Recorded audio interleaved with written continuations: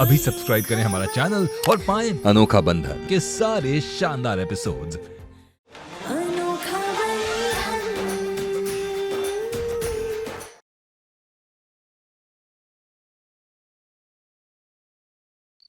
ये सारे बर्तन तुम्हें अभी इसी वक्त धोने होंगे और इतनी सफाई से कि एक भी बर्तन में से बूंद नहीं आनी चाहिए।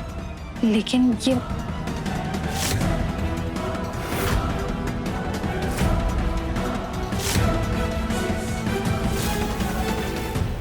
दुलारी, तुम बड़े बर्तन से शुरू करो, मैं प्लेट शुरू करती हूँ। ये ठीक है। दुलारी जी, तुम अंदर जाके केतकी की मदद करो। ये भी ठीक है। दुलारी,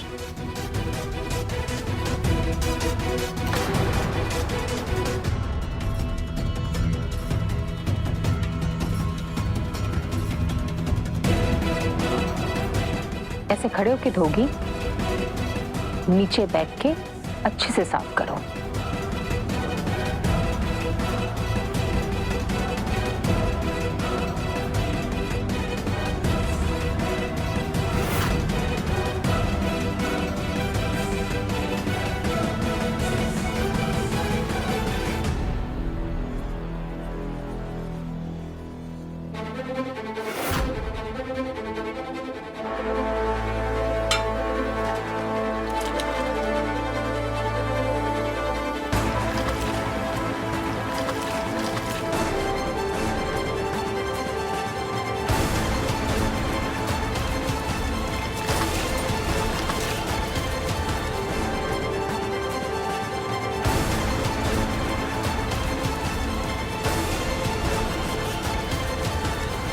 ओह, आंटी, हो गया पूरा काम।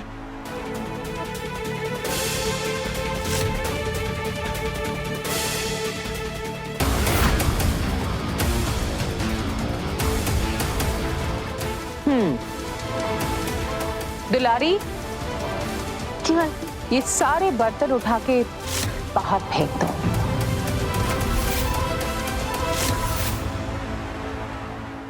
एक मिनट आंटी, अगर आपको ये सब फिकवाना ही था तो आपने मुझसे साफ क्यों करवाए? दुलारी,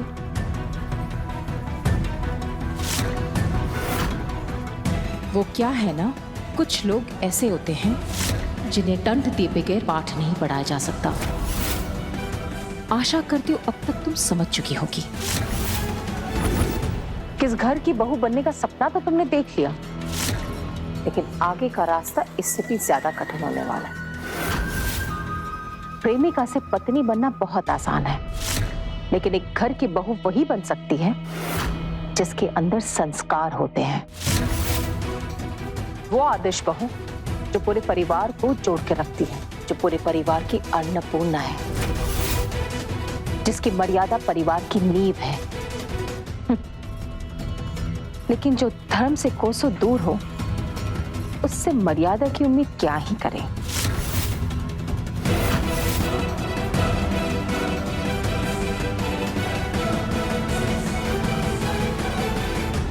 श्री रामचरितमानस में लिखा है, धर्म से विमुख होना ही पतन की निशानी है। अर्थ तो समझ आया नहीं होगा तुम्हें, और तुम हमारी बहू नहीं हो कि तुम्हें अर्थ समझाएं।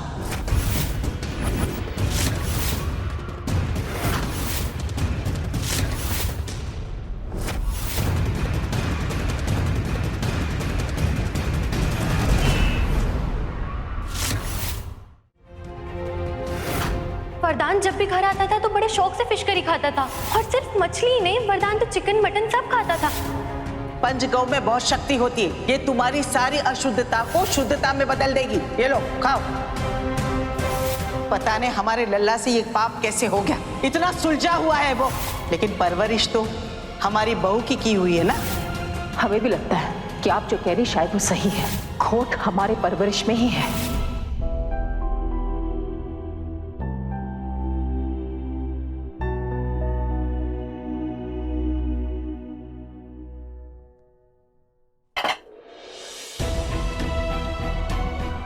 खाना खा लीजिए।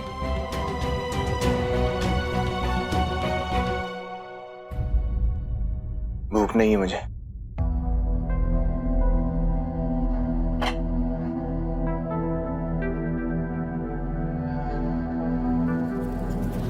माँ के चेहरे में भले ही आपको इस समय सिर्फ गुस्सा नजर आ रहा हो, लेकिन हम जानते हैं कि उनके दिल में कितना दर्द है। और इस दुख को लेने के बाद भी उन्हें इस बात की चिंता जरूर होगी कि आपने खाना खाया है या नहीं।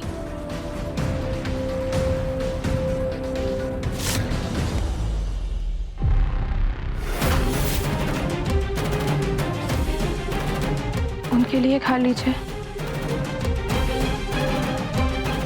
केतकी,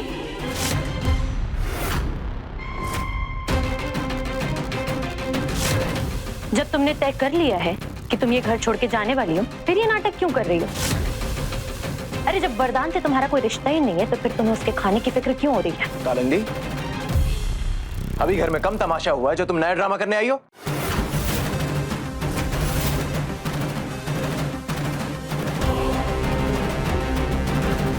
शुना, मुझे पता है कि तुम बहुत ज्यादा स्ट्रेस में हो, लेकिन जो हुआ उसमें मेरी गलती नहीं है। वो तो एक केतकी ने मुझे बताया नहीं कि मेरे घर वालों को बताना कि मैं नॉनवेज खाता हूँ कि तुम्हारी गलती नहीं थी। हाँ शुना, मैं मानती हूँ कि हुई मुझसे गलती, लेकिन उसकी सजा मुझे मिल चुकी है। देखो मेरी हालत देखो। तुम्हें पता है, सारे घर के बर्तन मैंने अकेले आंगन में बैठ के जमीन पर नीचे बैठकर धोए हैं। तुम्हें तो पता है ये सब मैंने कभी नहीं किया। तुम्हारे लिए मुझे ये भी मंजूर है।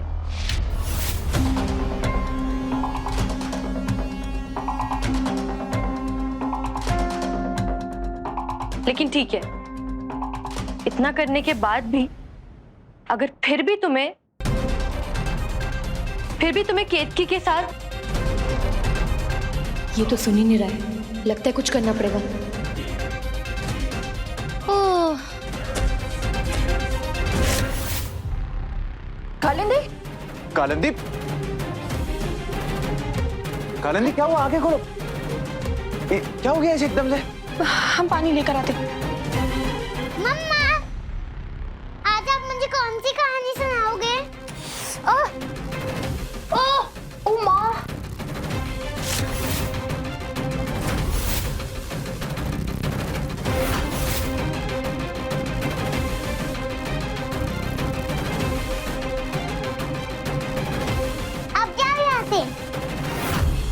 मम्मा, ये आंटी आपके बेड पे क्यों सोई है? आप इधर आओ और मुझे कहानी सुनाओ। मीठी को कहानियां सुननी है? आज मैं आपको कहानी सुनाती हूँ, ठीक है? नहीं, मम्मा सुनाएगी। आप जाओ यहाँ से। कालिंदी,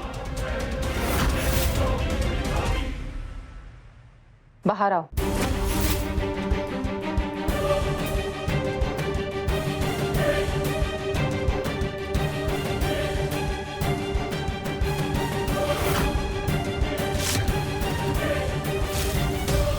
तुम इस घर की बहू नहीं हो, फिर किस अधिकार से तुम वरदान के कमरे में हो? इस घर की बहू आज भी केतकी ही है और ये अधिकार भी सिर्फ उसी का है।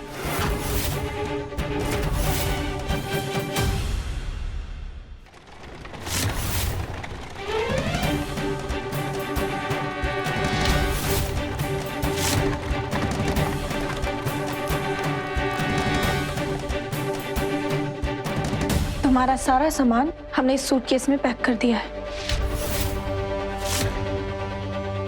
आओ दिखाएं तुम्हारे रहने का प्रबंध कहाँ किया है।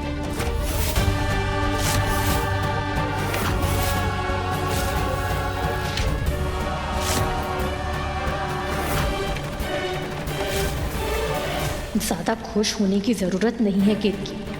बहुत जल्द, सिर्फ कमरे से ही नहीं, इस घर से धक्के मार के तुम्हें बाहर निकालने वाली हूँ।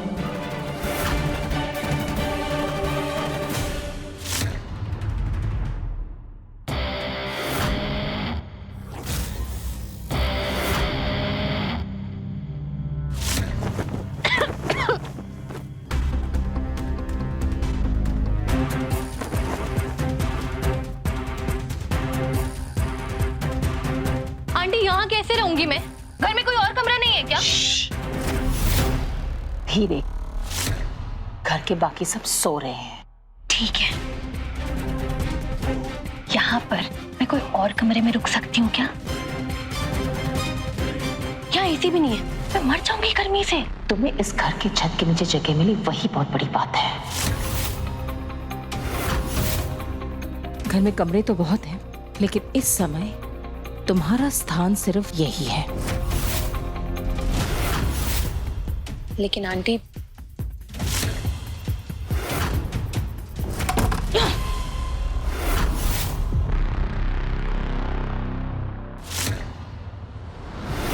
पूरे परिवार का धर्म भ्रष्ट किया है तुमने, इसकी सजा तो तुम्हें जरूर मिलेगी। ये सारे बर्तन उठा के बाहर फेंक दो। तुम इस घर की बहू नहीं हो, फिर किस अधिकार से तुम वरदान के कमरे में हो? कालिंदी, अभी घर में कम तमाशा हुआ है जो तुम नया ड्रामा करने आई हो।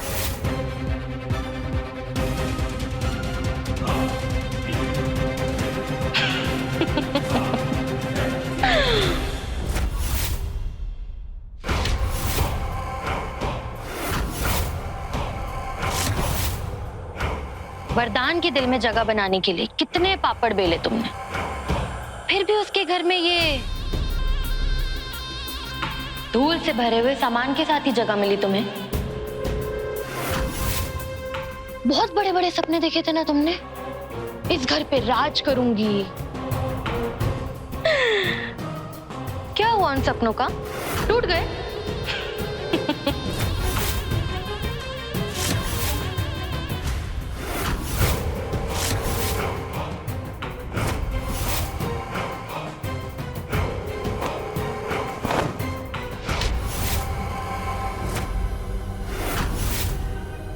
तुम्हारी दुश्मन मैं नहीं, केतकी है। और अगर जल्द ही तुमने कोई चाल नहीं चली तो वो केतकी इस घर में हमेशा हमेशा के लिए डेरा जमाकर बैठ जाएगी।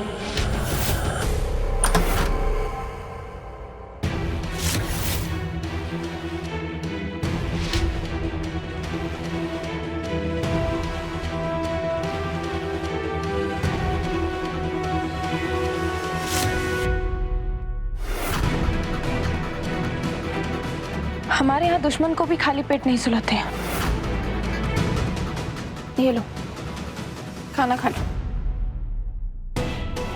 मुझे यहाँ पर पहुंचाकर इसे अपनी जीत मत समझना केतकी। तुम जानती नहीं हो मैं चीज क्या हूँ। कभी भी वरदान के दिल में तुम्हें वो जगह नहीं मिलेगी जो वो मुझे दे चुका है।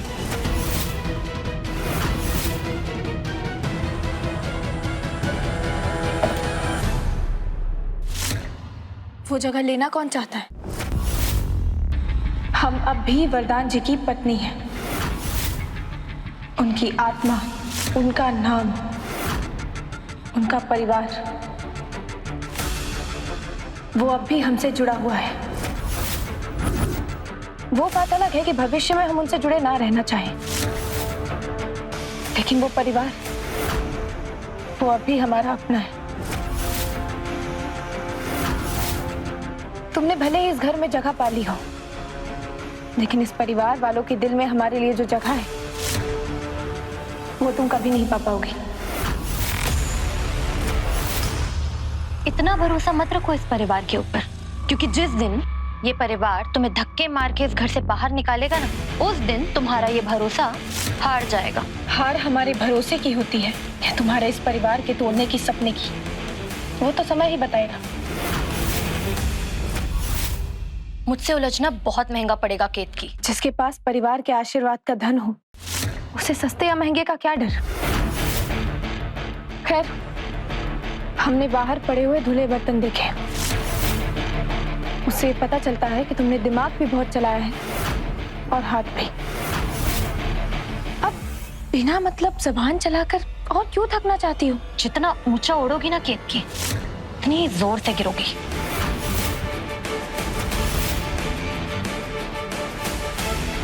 लड़ने के लिए भी शक्ति की जरूरत होती है।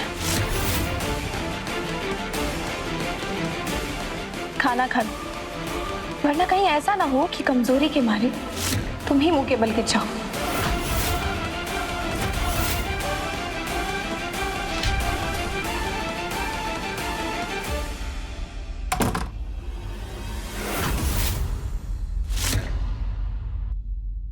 मुंह के बल कौन गिरेगा ये तो तुम्हें कल सुबह पता चल ही जाएगा केतकी।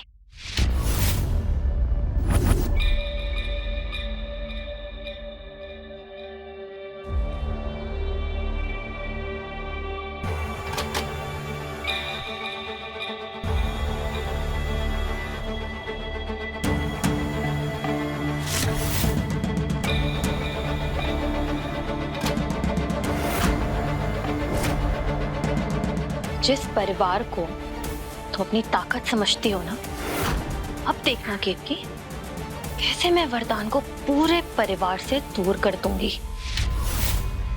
फिर तुम बैठे रहना अपने इस परिवार को लेकर, और वरदान हमेशा के लिए मेरा होगा।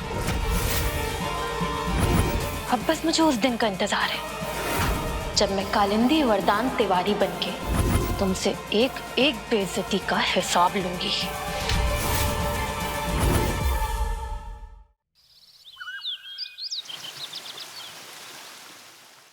ये घंटी बार बार कहाँ चली जाती है?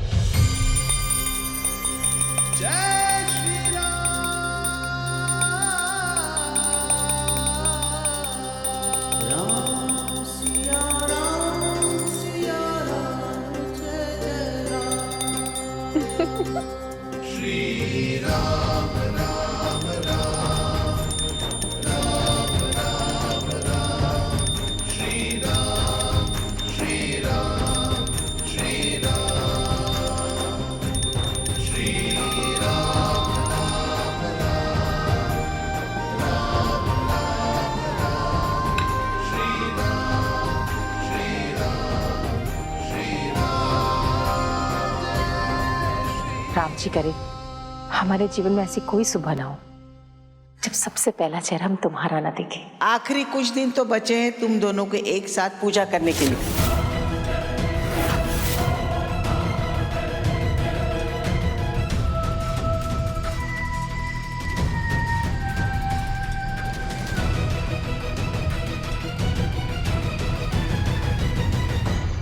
जय सिया राम दादी। जय सिया राम।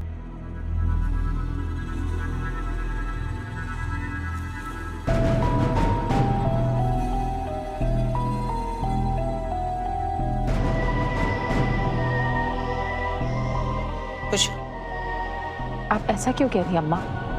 हमें नहीं लगता है वो लड़की कभी भी इस घर की एक आदर्श बहू साबित हो पाएगी। लेकिन लल्ला ने तो मन बना चुका है ना, और जिद करना तो हमारे परिवार के खून में दौड़ता है। इसलिए तुम दोनों सीता और गीता की जोड़ी है ना, उसके जिद के आगे कुछ नहीं कर पाएंगी। लेकिन दादी। लेकिन वेकिन कुछ नहीं, तुमसे हमारी कोई दुश्मनी नहीं है भौरिया। लेकिन जहाँ हमारा लल्ला खुश रहेगा हम उसी का साथ देंगे। इसलिए हम चाहते हैं, क्या नाम है उस लड़की का? हाँ, कालिंदी। जितनी जल्दी हो सके उसे इस घर के रीति रिवाज समझाओ और जाओ उसे पूजा में बुला लाओ। दादी वो सो रही होगी अभी। तो जगाओ उसे, जाओ। जी।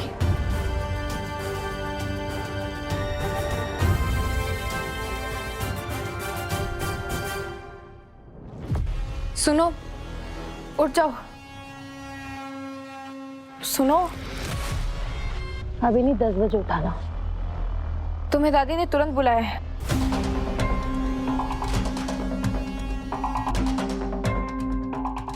बुढ़िया बड़ी जल्दी उठ जाती है।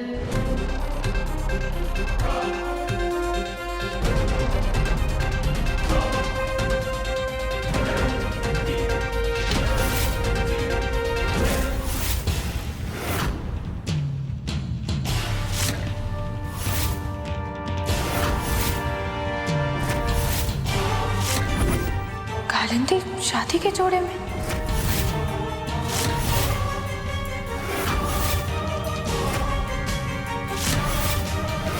भाभी, दादी बुला रही हैं।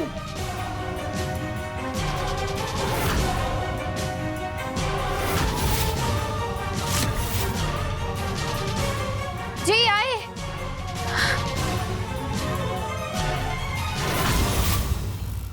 पूजा में देरी से आने का क्या मतलब समझे हम? कि हमारा लल्ला एक आलस का पुतला घर ले आया है। एक बात गाढ़ बांध लो तुम, आदर्श बहू वही होती है जिसके 4 हाथ होते हैं और जुबान एक भी नहीं, समझी?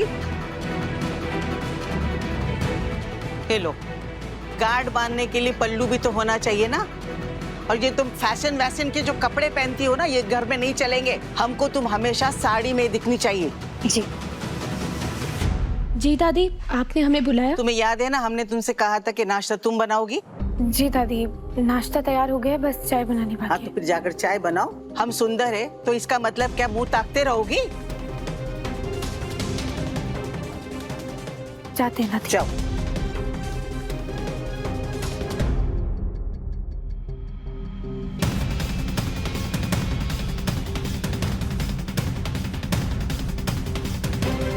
अगर तुम ये सोचती हो कि ये नाश्ता वाश्ता बनाकर तुम वरदान का दिल फिर से जीत लोगी, तो मैं कभी ऐसा होने नहीं दूंगी।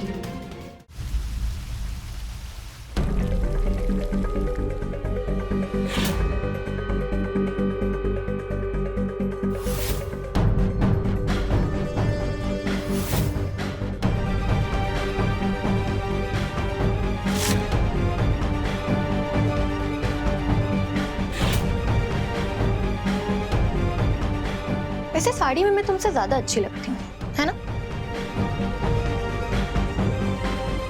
खैर, तुम क्यों एक्सेप्ट करोगी? वैसे आंटी तुम्हें ढूंढ रही थी।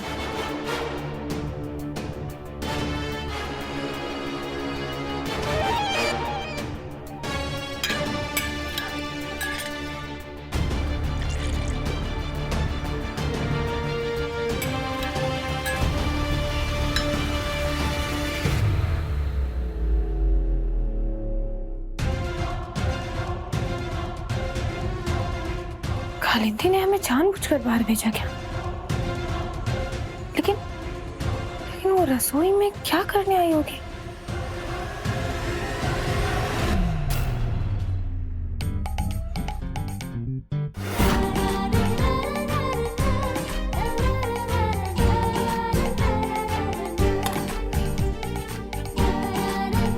कल जो हुआ उसे भूल जाओ ना। देखो ना, कान पकड़ के सॉरी बोल रही हूँ। It's okay. एक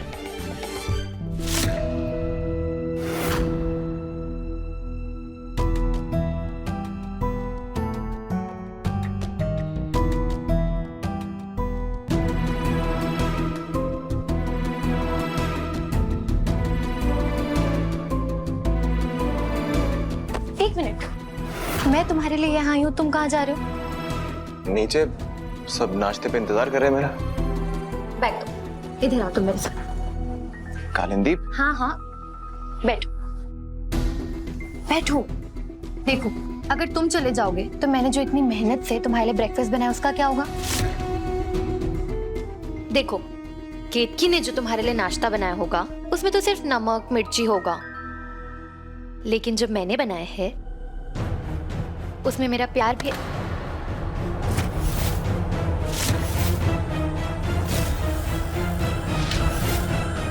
कालिंदी, इस घर में हमेशा से सब लोग साथ बैठकर ब्रेकफास्ट करते हैं, यहाँ तक कि कोई मेरे बिना खाना शुरू भी नहीं करेगा, तो मुझे उन सबके साथ ही बैठना पड़ेगा। और तुम चाहो तो तुम आ सकती हो। ये ठीक है, यहाँ पर मैं तुम्हारे लिए इतना कुछ कर रही हूँ, अपने आप को पूरी तरह बदल लिया मैंने, और तुम मेरे लिए थोड़े से चेंजेस भी नहीं ला सकते। मैं झूठे बर्तन धुलूं, सुबह पूजा करने के लिए 5-5 बजे अलार्म लगाकर उठूं, और तुम मेरे साथ ब्रेकफास्ट भी नहीं कर सकते हो। यार कालिंदी, तुम हर बात पे रोना शुरू मत किया करो।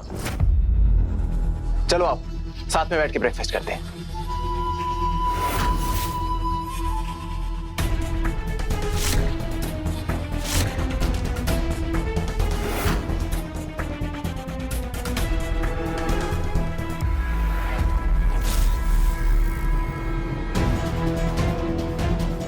आज तो तुम्हें सिर्फ घर वालों के साथ नाश्ता करने से रोका है वरदान। अब मैं तब तक नहीं रुकने वाली जब तक तुम्हें सारे घर वालों से दूर ना कर दूं।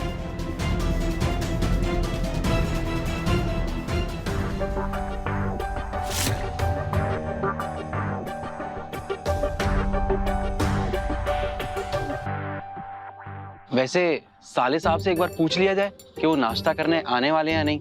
नहीं मतलब ये सामने रखा हुआ नाश्ता मैं बड़े दुख भरी निगाहों से घूर के देख रहा है, और ये गर्मा गर्म पूड़ियों का दर्द तो हमसे देखा ही नहीं जा रहा है। हाँ? मम्मा, स्कूल के लिए देर हो जाएगी।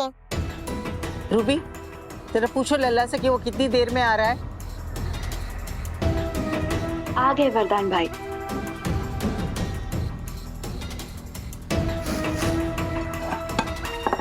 जय श्री राम। जय सिया राम। बड़ी देर करती लल्ला आने में, हम कब से तुम्हारा इंतजार कर रहे हैं। लोग नाश्ता कर लीजिए, कालिंदी और मैंने कर लिया है।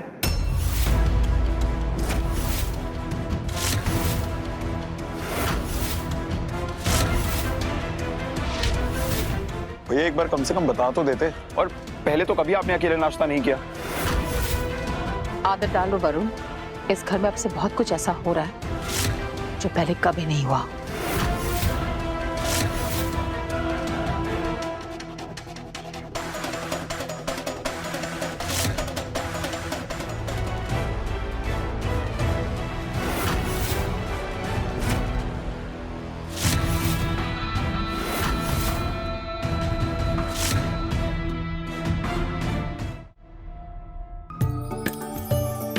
स्कूल से जो होमवर्क मिला है वो आपने कर लिया ना?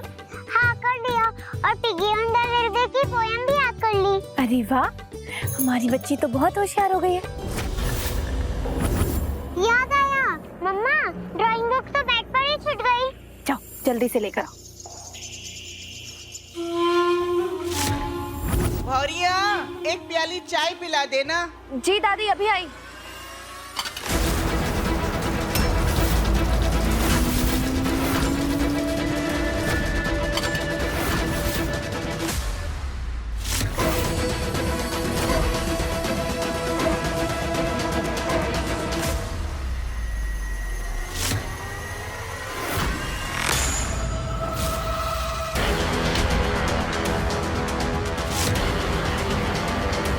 कहा था ना, कल सुबह पता चल जाएगा मुंह के बल कौन गिरता है।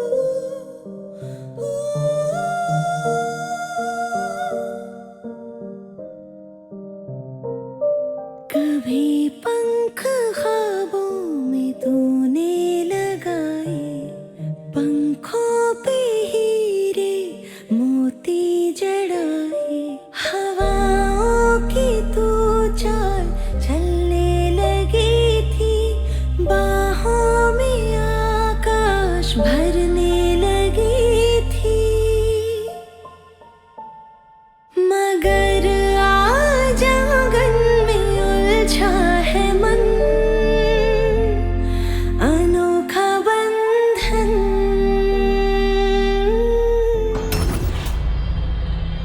ठीक हो तुम? चोट तो नहीं आई ना तुम्हें?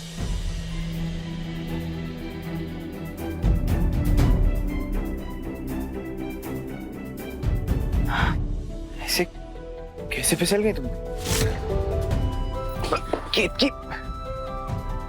क्या कर रहे हो?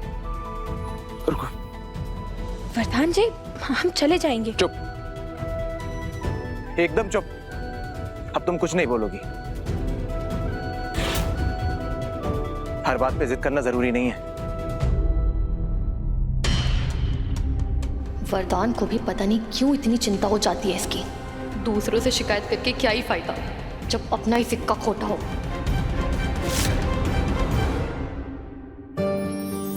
वरदान जी,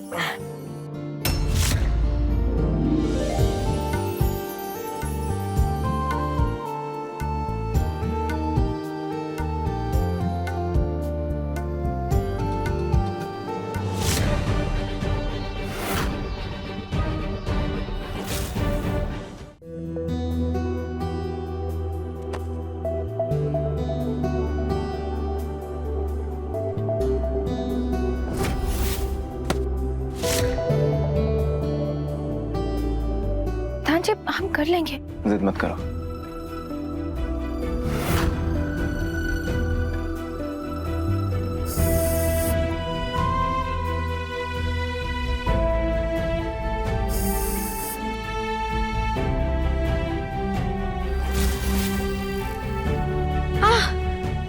अरे क्या हो गया?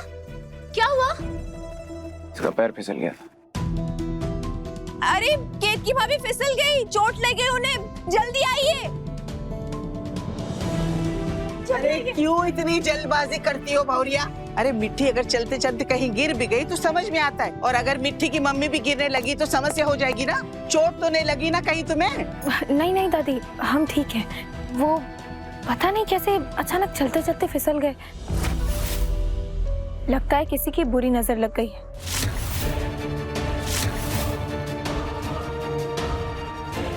लेकिन उस बुरी नजर को ये नहीं पता है कि जिसके सर पर श्री राम जी का हाथ होता है, उसका कोई बाल भी पाका नहीं कर सकता। केतकी, कहाँ चोट लगी तुम्हें बताओ? देखो, हमसे झूठ मत बोलो। डॉक्टर के पास चले कि हम तुम्हें नहीं बताओ, हम अभी लगा देंगे। माँ, हम ठीक है, हमें कुछ नहीं हुआ। नहीं, तुम पहले खड़े होके दिखाओ, चल के बताओ हमें। देखिए, ये देखिए, हम ठीक है।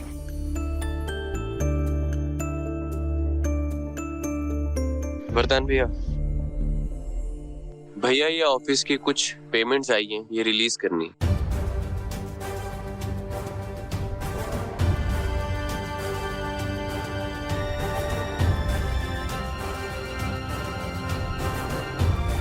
माँ, ये ऑफिस के कुछ पेपर जरा साइन कर दीजिए।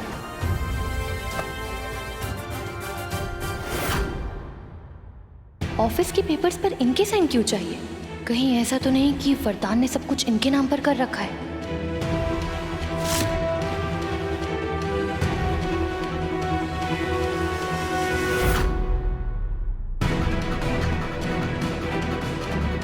हमने देखा है कि आप जब भी प्रकाश भैया साधना म्यूजिक कंपनी का कोई भी कागज लेकर आते हैं, आप उसे बिना देखे साइन कर देती हैं। तो इसमें गलत क्या है?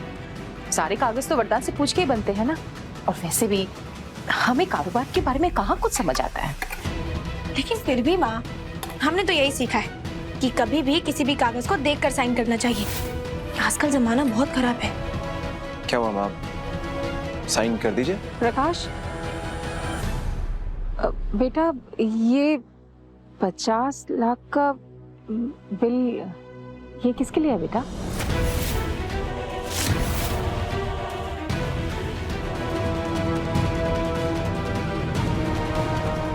हम कुछ पूछ रहे बेटा तुमसे। वो आंटी जी, कालिंदी मैम का म्यूजिक एल्बम लॉन्च करना है ना, ये उसी का बजट है।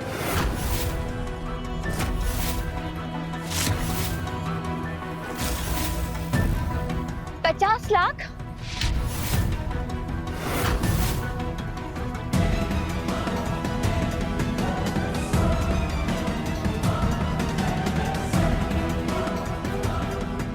ये लड़की वरदान जी के 50 लाख रुपए खर्च करवा रही है। पता नहीं क्यों हमें ऐसा लगता है कि इस दिखावे के भोलेपन के पीछे कुछ छल कपट है। हो सकता है इसने वरदान जी को अपने जाल में फंसाया है, उनका फायदा उठाने के लिए।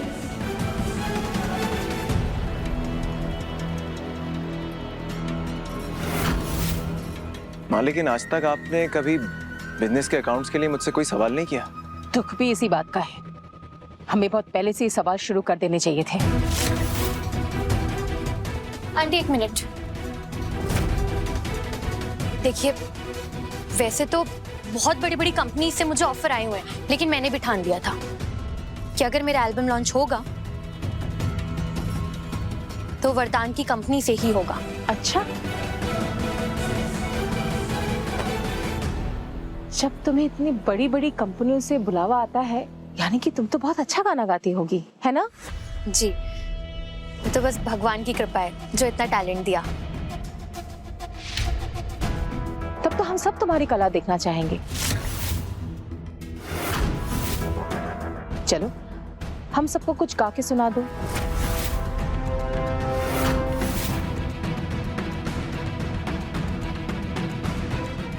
बाबा कहते रहते थे हमेशा रियाज कर ले, लेकिन मैंने हमेशा मना कर दिया। अब समझ में नहीं आ रहा इन्हें कैसे मना करूं।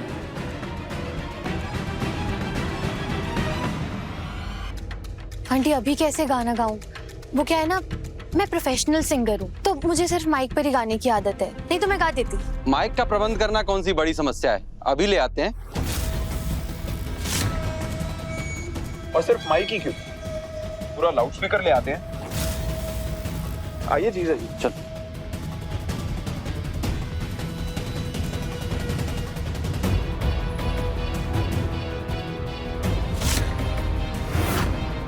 लो,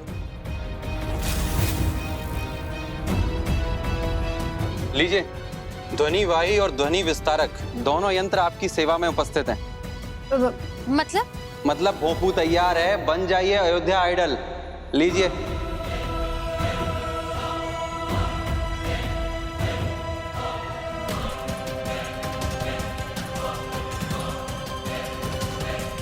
माँ, इस सब की क्या जरूरत है? जब रिकॉर्डिंग होगी तो रिकॉर्डिंग सुन लीजिएगा आप लोग। तुम गाओ गाओ। पर वो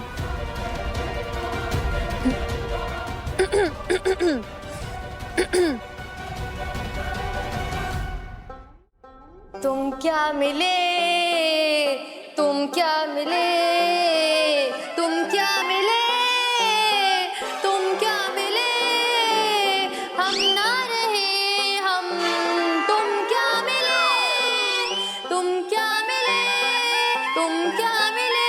मम्मा, आपने सुनी वो अजीब से एनिमल की आवाज?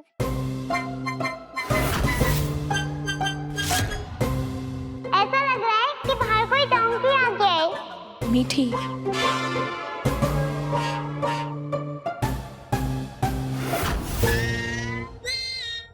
वाह, स्वर तो इतने ऊंचे लगाए आपने कि सीधे स्वर्ग पहुंच गए होंगे। और सुनने वाला भी सीधा स्वर्ग पहुंच गया होगा। वो क्या है ना, मैं भी खड़े होकर गाना गा रही थी ना, इसलिए सुर भी ऊपर जा रहा था मेरा। वो मुझे बैठ के रियाज करने की आदत है, मैं भी बैठ के गाती हूँ ना। हाँ हाँ, बैठ के गाओ। तुम क्या मिले, तुम क्या मिले, हम ना रहे हम, तुम क्या मिले, तुम क्या मिले। बस करो, हाथ जोड़ते हैं हम। हमारे बूढ़े कानों पर तो दया करो। आप बैठी हैं या गला बैठा है, समझ नहीं आया। लेकिन हमारी कंपनी तो भक्ति संगीत का एल्बम निकालते हैं ना। कोई भक्ति गीत आती है तुम्हें? अब हाँ हाँ, मैं भक्ति गीत सुनाती हूँ। रहने दो।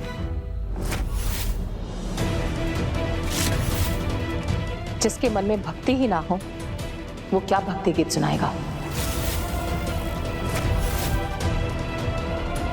सुनना चाहती हो भक्ति गीत किसे कहते हैं?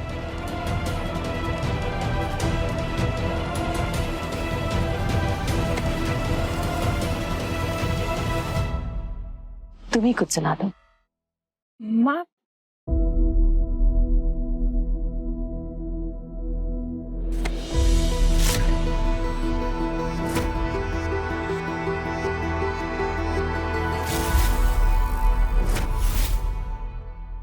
राम सिया राम मेरे राम जय जय राम, राम सिया राम मेरे राम कण कण राम, राम स्मरण में हर क्षण बिताए, रघुकुल रीति को फिर से चलाए, राम खुले नैनन का सपना ऐसा अनोखा बंधन अपना, राम सिया से हो मीठी वाणी, अमर अनंत हो उनकी कहानी, राम सिया राम मेरे राम मन मेरा, राम सिया राम मेरे राम कण कण राम।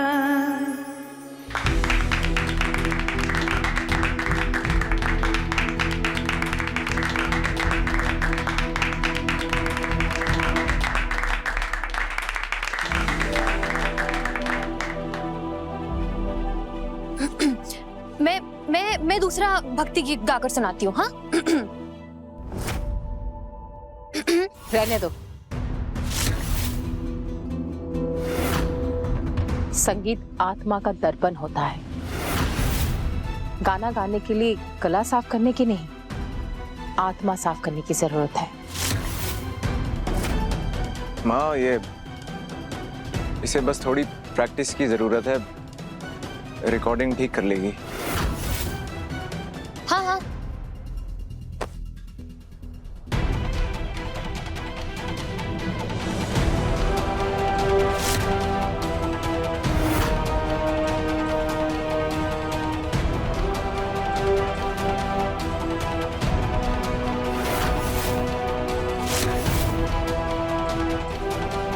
एक गलत निर्णय ने पूरे घर को बिखेर दिया।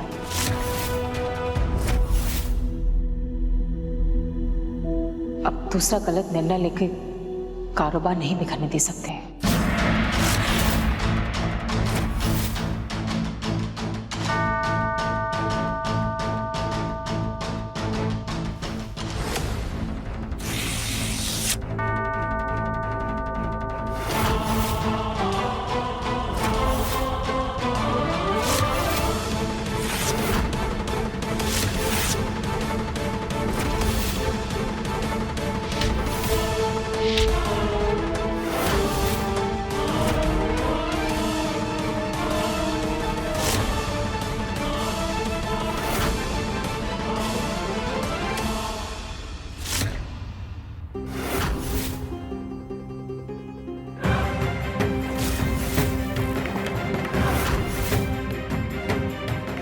निकल लो यहाँ से कालिंदी, इससे पहले कि ये सब लोग एक एक करके महाज्ञान बांटना शुरू कर दें।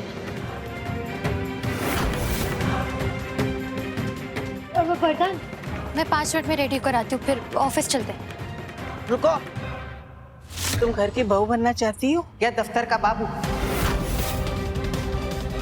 एक औरत का सबसे पहला कर्तव्य अपने घर के तरफ होता है। तुम पहले ये जिम्मेदारी निभा कर दिखाओ।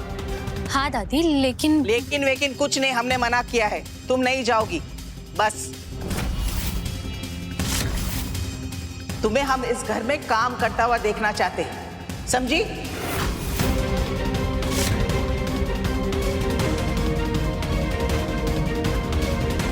यहाँ इतनी आसानी से दाल नहीं गलने वाली। इस घर में अपनी जगह बनाने के लिए सबसे पहले वरदान की माँ को बोतल में उतारना होगा।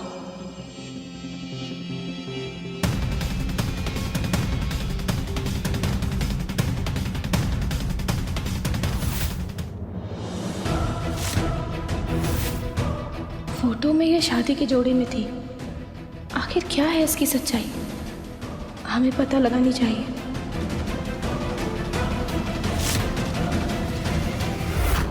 वो आंटी जी, कालिंदी मैम का म्यूजिक एल्बम लॉन्च करना है ना, ये उसी का बजट है।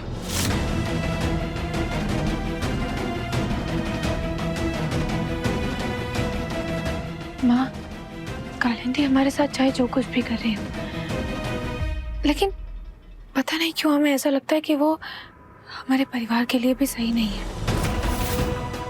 वो जो चेहरा सबके सामने बनाती है, वो सिर्फ एक मुखौटा है।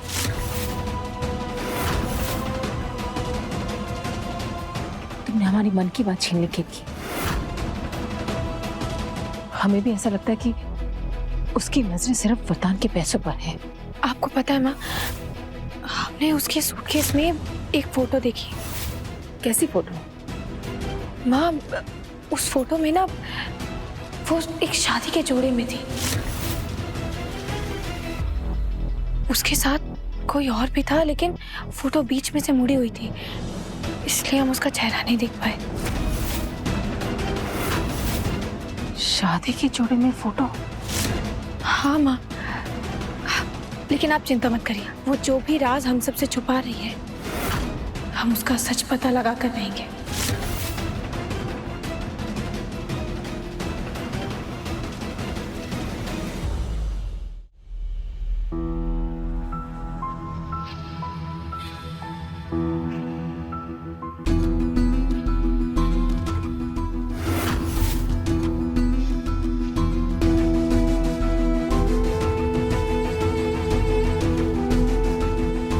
ये देखिए, खास इलायची वाली चाय। इसके लिए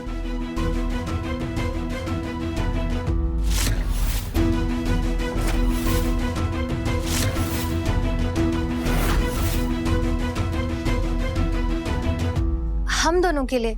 वो कहते हैं ना कि एक कप से चाय पीने से रिश्ता गहरा होता है। रिश्ता गहरा होने के लिए रिश्ता होना भी तो चाहिए ना। हम हर किसी के साथ एक कप से चाय नहीं पीते।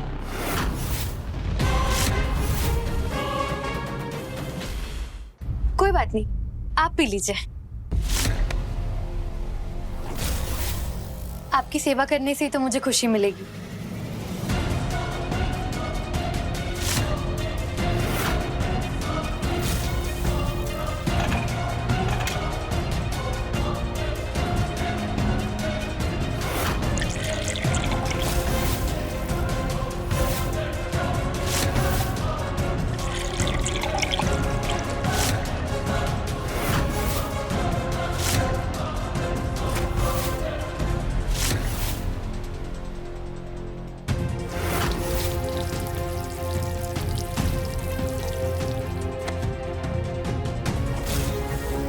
बनावटी मिठास से हमें परहेज है, इसलिए मिठास कम करने के लिए हमें पानी मिलाना पड़ा।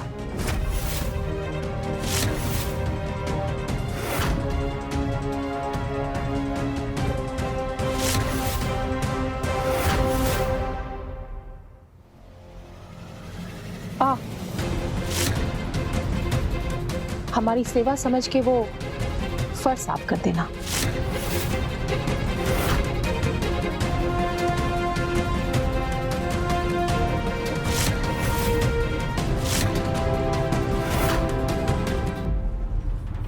क्या कर रही हो तुम?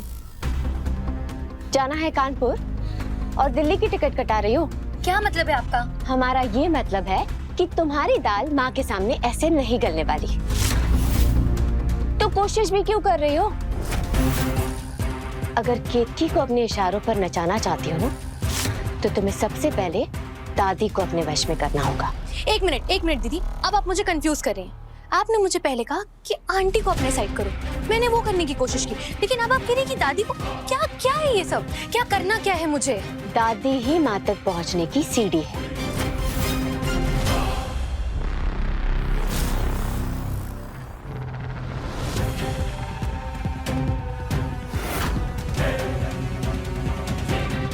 उस केतकी को घर से निकालने के लिए मैं कुछ भी कर सकती हूँ।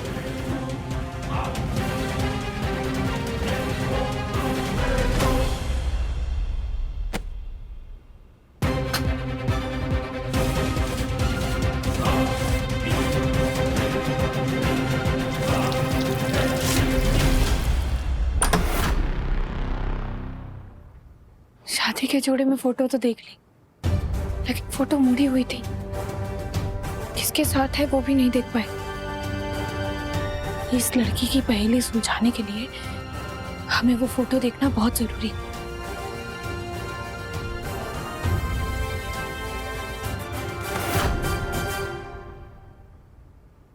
मैं जानता हूं कि माँ की बात का तुम्हें बुरा जरूर लगा होगा, पर एडजस्ट करने में कुछ दिन तो लगते हैं ना। और जब मैं तुम्हारे साथ हूं, तुम्हें किसी बात की चिंता करने की जरूरत नहीं। 50 लाख का इंतजाम भी हो जाएगा और तुम्हारा एल्बम भी जरूर लॉन्च होगा। पता है, कल रात में ठीक से सो भी नहीं पाया। पूरी रात यही सोच रहा था कि मेरी कालिंदी बिना एसी के इस रूम में सो रही होगी। पर तुम फिक्र मत करो, मैं यहाँ पे एसी भी लगवा दूंगा। वरदान जी, हम हैं।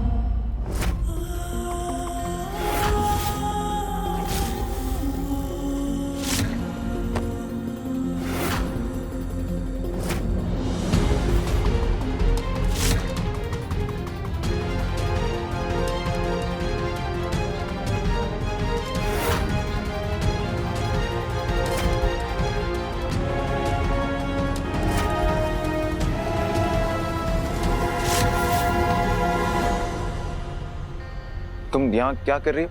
हमें नहीं पता था वरदान जी कि आपके ऑफिस का रास्ता इस कमरे से होकर जाता है,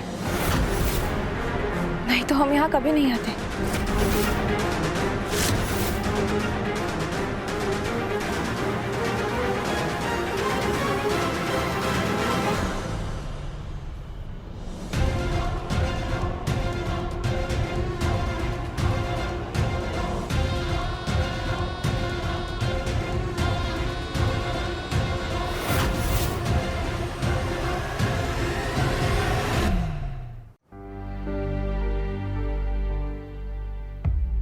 दादी, आपको पता है बहुत मेहनत से यहाँ तक पहुंची है।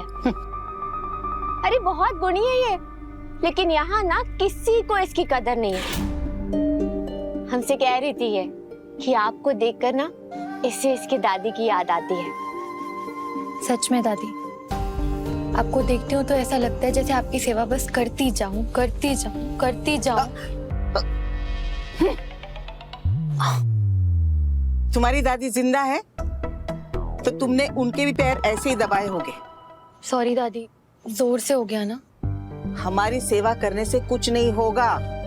अगर तुम्हें इस घर की बहू बनना है ना, तो इस घर के रीति रिवाज जानने होंगे तुम्हें। हमारे लल्ला को हमेशा खुश रखना होगा। अरे वही तो हमारे जीने का सहारा है।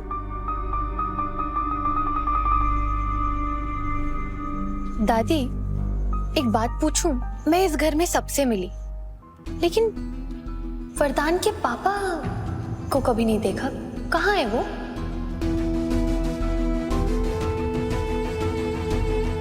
कहाँ है वो?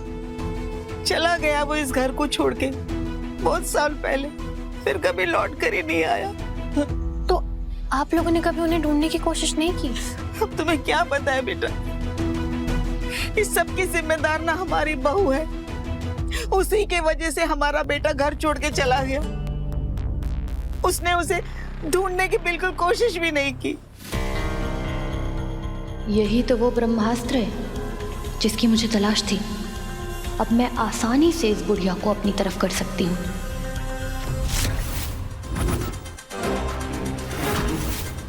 नहीं दादी, नहीं नहीं नहीं, आप ऐसे रोइए मत।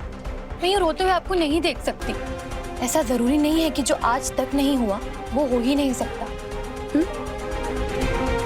और दादी, ढूंढने से तो भगवान भी मिल जाते हैं। मैं ढूंढूंगी आपके बेटे को।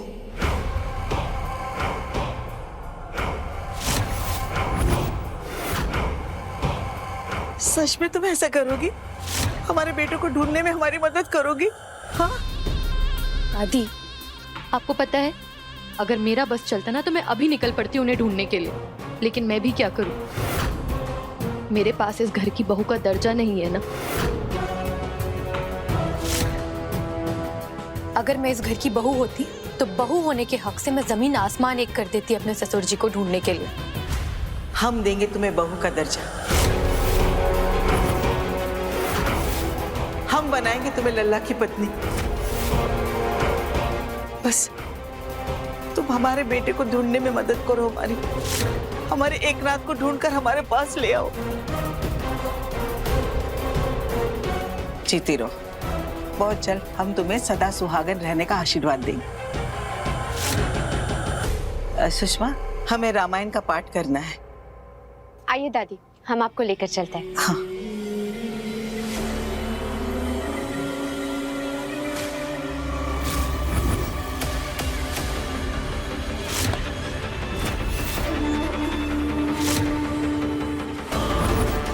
अपनी सास के दम पर बहुत उड़ती हो ना केतकी।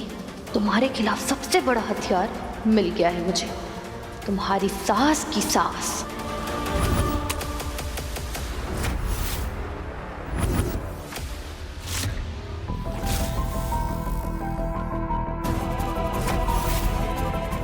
ये ताला तो लॉक है, तो उसकी चाबी यहीं कहीं होगी।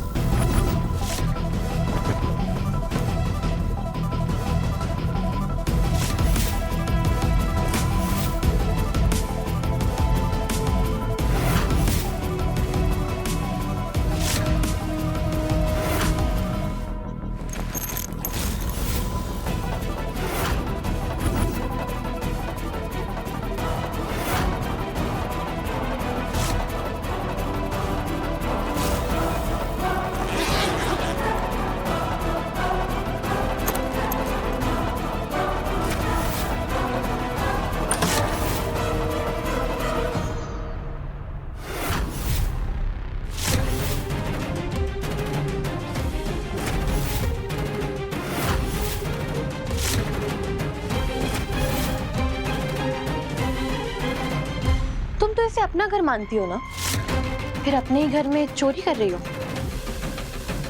मानते नहीं, ये घर हमारा अपना है और अपने घर में हम जो चाहे करें। लेकिन कब तक? हाँ, कब तक? क्योंकि जहां से मैं देख रही हूँ, तुम्हारी ये जो मांग का सिंदूर है ना, इसका लाल रंग फीका पड़ रहा है। और बहुत जल्द ये सिंदूर मेरे सर का ताज बनने वाला है। वो कहावत तो सुनी होगी ना तुमने, चोरी चकारी का दौर है, जिसके सरताज वो ही चोर है। कैसे? क्योंकि जहां तक मुझे पता है, चोरी तो पराये सामान की होती है, और वरदान वो तो मेरा अपना है।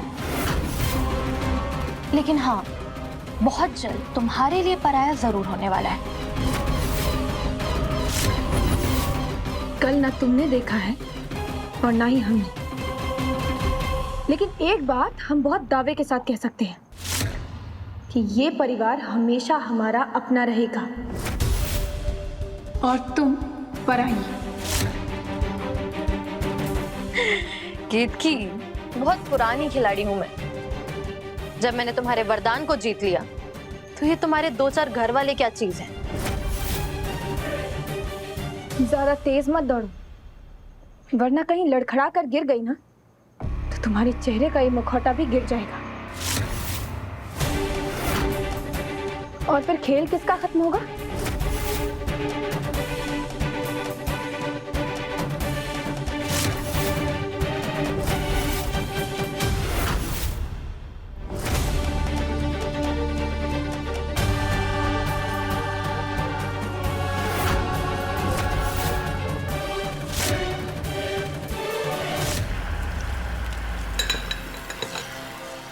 माँ, आप कुछ भूल रही हैं शायद। अरे हाँ सुषमा, मैं तो भूल ही गई।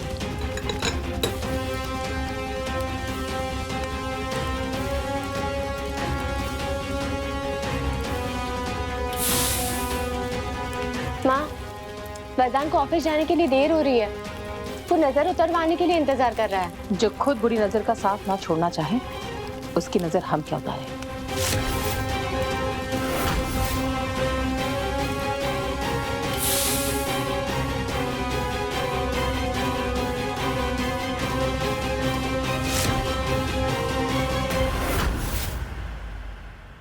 वरदान, तुम चिंता मत करो, हम है ना, हम उतारते तुम्हारी नजर। रुको।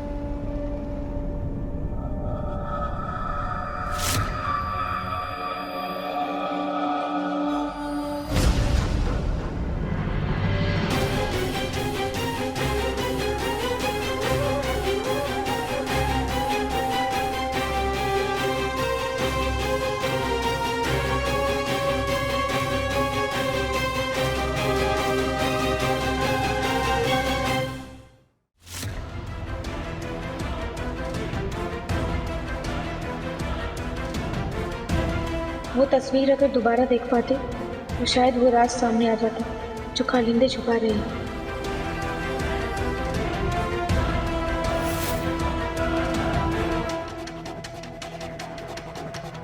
तुम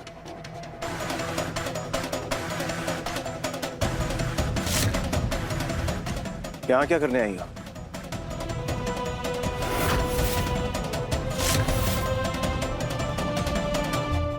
मैं तुमसे कुछ पूछ रहा हूँ, और ये मत भूलो जहां तुम खड़ी हो ये मेरा घर है। भूल शायद आप रहे हैं।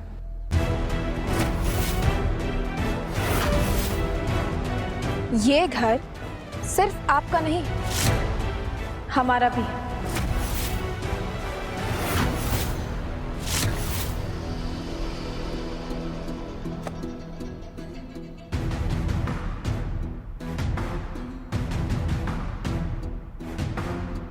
नैना हमारी दोस्त है और अपने घर में हम जब चाहें, जिसे चाहें, जितने लोगों को चाहें और जिस काम के लिए चाहें बुला सकते हैं। नैना, कैसी है तू? तुम्हें पता है नैना, हमने ना पहले सोचा था कि हम घर पर बैठकर ही बात करते हैं, लेकिन अब हमें लगता है कि हमें बाहर चलना चाहिए। सही सोचा तूने।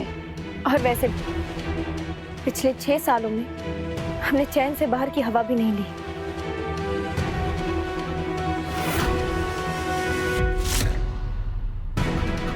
लेकिन अब तो हम भी हवा की तरह ही हो गए, आजाद और अपनी मर्जी के मालिक।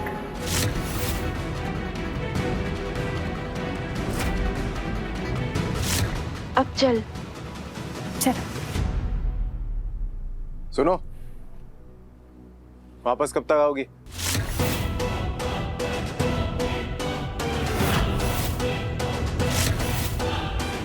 जब हमारा वापस घर आने का मन होगा तब हम आ जाएंगे।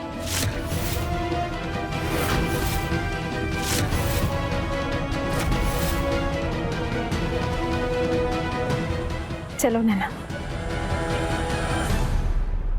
शोना, तुम क्यों इनकी बातों पर ध्यान दे रहे हो?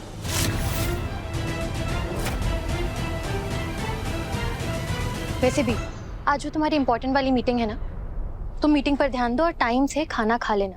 मैंने तुम्हारे लिए पास्ता बनाया।